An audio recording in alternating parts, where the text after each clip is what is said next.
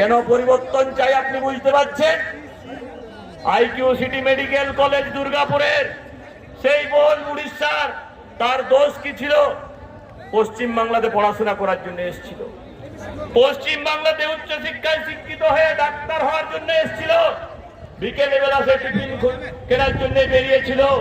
আপনার দুধেল গায়েরা, আপনার ভাইয়েরা তাকে জবরদস্তি ধোপের মধ্যে নিয়ে যায়, গলায় ছুরি বসিয়ে দেয়, ছুরি বসিয়ে দিয়ে বলে যদি একটা আওয়াজ বের করলে এখনই সমাপ্ত করে দেব।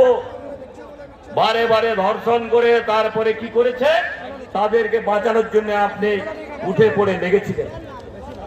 সেই সময় ভারতীয় জনতা পার্টির কার্যকর্তারা, আমাদের বিরোধী দলনেতা থেকে শুরু করে লোকেট দিক থেকে সুকান্ত দাস সেখানে হাজির হয়, লক্ষণ দা, তিনিও ধর্ণা হয়, আন্দোলন হয়, তারপরে আপনি অ্যারেস্ট করতে বাধ্য হয়েছেন।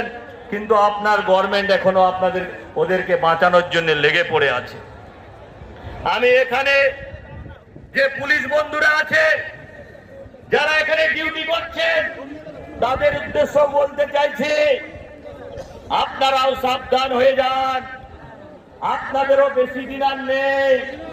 এই দিদির নেতৃত্বে জালদা থানার তপন মাছুয়ার, যে